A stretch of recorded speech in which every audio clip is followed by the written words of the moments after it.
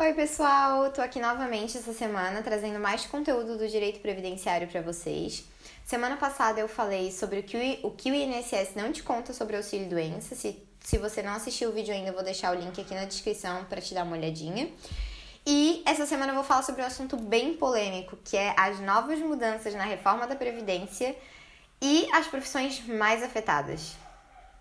Antes de começar, eu preciso deixar vocês bem cientes de que o texto em questão, ou seja, todas as mudanças que eu vou explicar, ainda podem sofrer alterações, tá? Até a definitiva aprovação da reforma da Previdência. Para começar, então, eu vou falar da maior categoria de profissionais que a gente tem, né? Que são os trabalhadores urbanos, que se enquadram no regime geral do INSS, né? Para esses trabalhadores, o texto base põe uma idade mínima de 65 anos para os homens e de 62 anos para as mulheres. Já a chamada carência, que é o tempo mínimo, né, de contribuição ao INSS, vai ser mantido em 15 anos para os homens e para as mulheres, né? Isso porque após o período de transição, o governo pretende acabar com a aposentadoria por tempo de contribuição. Fora esses requisitos, dependendo do seu caso, você pode ter 4 opções de transição. A primeira grande regra de transição é o sistema de pontos.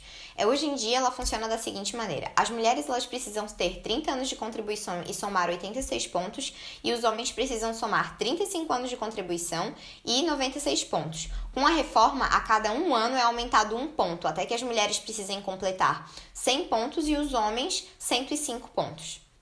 A segunda regra de transição, então, ela soma o tempo de contribuição mais a idade. Segundo essa regra, os homens precisam somar 35 anos de contribuição e 61 anos de idade, enquanto as mulheres precisam somar 30 anos de contribuição e 56 anos de idade. Lembrando que a cada um ano, 6 meses são acrescentados até que as mulheres precisem completar 62 anos e os homens 65. A terceira regra de transição, então, para quem é do regime geral do INSS, né, é o pedágio de 50%. Esse requisito é para você que está até 2 anos de preencher o tempo de contribuição necessário exigido, né, pela atual lei. Esse requisito, essa regra de transição, né, ela garante que caso falte um ano para completar o requisito, você trabalhe esse um ano e mais metade do tempo, que é o pedágio de 50%, né? Ou seja, no final, você vai precisar trabalhar 1 ano e meio para atingir os requisitos e estar se aposentando, né? Caso falte 2 anos para você se aposentar, vai precisar trabalhar mais 3. A quarta regra de transição, então, para o regime geral é o pedágio de 100%. Por exemplo, se faltam 4 anos para você preencher os requisitos para estar se aposentando, você vai ter que cumprir o pedágio de 100%. Ou seja, o dobro que está faltando para você conseguir se aposentar. Isso somando a uma idade mínima de 60 anos para os homens e 57 anos para as mulheres. A Câmara dos Deputados também fez alterações bem importantes nas regras de transição dos professores. Aprovadas em primeiro turno, elas ficaram assim. A idade mínima para as professoras, então, ficou de 52 anos de idade e para os professores homens, 55 anos de idade. Fora isso, os professores, tanto homens quanto mulheres, vão precisar cumprir a regra de transição do pedágio de 100% sobre o tempo de contribuição que falta para eles conseguirem se aposentar. O que acaba se tornando um empecilho, né? Por exemplo, se faltam 2 anos para eles conseguirem se aposentar, eles terão que trabalhar por mais 4. A principal mudança para essa categoria foi a criação de uma idade mínima, que na verdade hoje em dia isso não existe.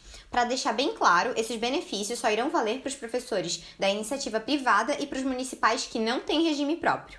Agora, as regras ficaram o seguinte. A proposta é que as professoras consigam se aposentar com a idade mínima de 52 anos, cumprindo um pedágio de 100% sobre o tempo de contribuição mínimo para elas, que é de 25 anos.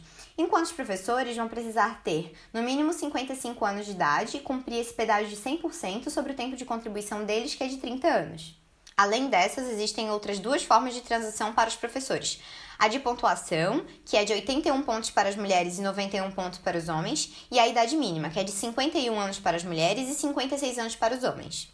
Se você não for se encaixar em nenhuma dessas regras de transição, a regra definitiva vai ser de tempo de contribuição, o tempo mínimo de 25 anos para o homem e para a mulher, e uma idade mínima de 57 anos para a mulher e 60 anos para o homem.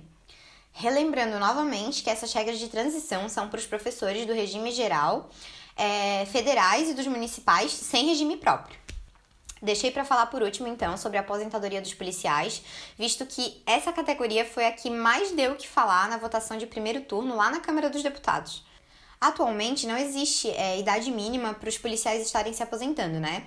Eles conseguem estar se aposentando atualmente pelas regras atuais com 30 anos de contribuição se homem e 25 anos de contribuição se policial ou mulher.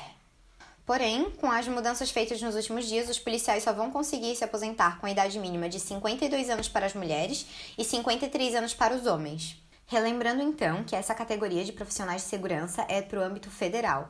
Ainda depois da reforma, o pedágio que essa categoria vai ter que cumprir é de 100% sobre o tempo faltante nas regras que valem hoje. Se não cumprir esse pedágio, a idade mínima vai ser de 55 anos para ambos os sexos. Vale a pena ressaltar que os policiais militares e os bombeiros ficaram de fora da reforma por enquanto. Essas informações, então, que eu trouxe é para vocês ficarem por dentro de tudo que pode estar acontecendo com o caso de vocês. Vocês devem, sim, ir atrás e ficarem preocupados com a situação de vocês, com o caso de vocês, visto que essa reforma da Previdência vai trazer diversas mudanças no nosso país, né? Mas isso ainda não é certo. Todos esses dados que eu passei para vocês, eles ainda não são certos. A gente ainda tem uma votação em segundo turno, em agosto, e depois mais 2 votações no Senado. Então, tem muita coisa ainda para acontecer. A gente sempre vai estar tentando trazer mais conteúdo sobre a reforma, as atualizações, o que eles vão vir a modificar ou não, mas enfim, é isso aí. Eu espero ter deixado vocês por dentro de todas as mudanças que podem ou não vir a ocorrer, né? Semana que vem eu volto aqui com mais conteúdo do direito previdenciário para vocês.